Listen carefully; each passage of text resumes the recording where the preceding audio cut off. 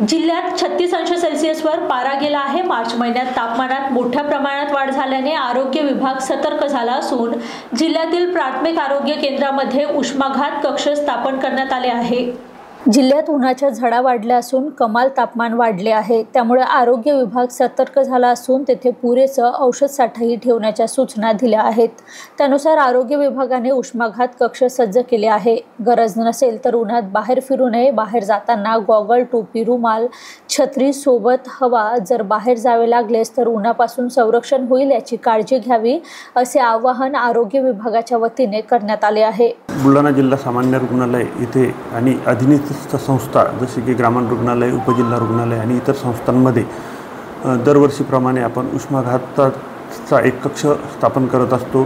त्यामध्ये आवश्यक त्या ठिकाणी AC असेल, कूलर्स असतील आणि एक डेडिकेटेड 2 बेड तसेच उपलब्ध यंत्रणा आणि मॅनपॉवरसुद्धा तयारी केलेली असते।